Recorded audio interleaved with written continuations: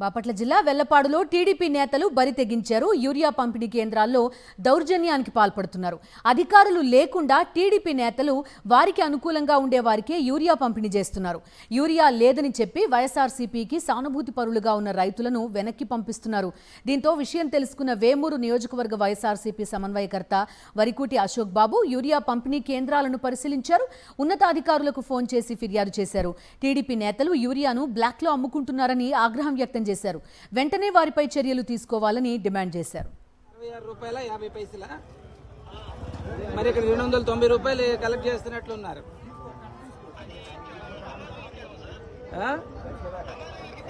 Okay okay అది ఏదైనా ఉంటే మీ వాళ్ళు ఉంటే బాగుంటుంది, మీ వాళ్ళ సూపర్విజన్ లో ఉంటే బాగుంటుంది. అంతా ఇదంతా కూడా వేకర్ సెక్షన్స్ మొత్తం ఎస్సీసే ఉన్నారు, కౌలు రైతులు ఎక్కువ ఉన్నారు. వాళ్ళకి సమానంగా అందరికి వచ్చేటట్లుగా చూడండి. ఓకేనండి, మీ వాళ్ళకి చెప్పండి. బస్తా ఎంత? ఒకటి ₹266.50 ₹290 చేస్తున్నట్లున్నారు.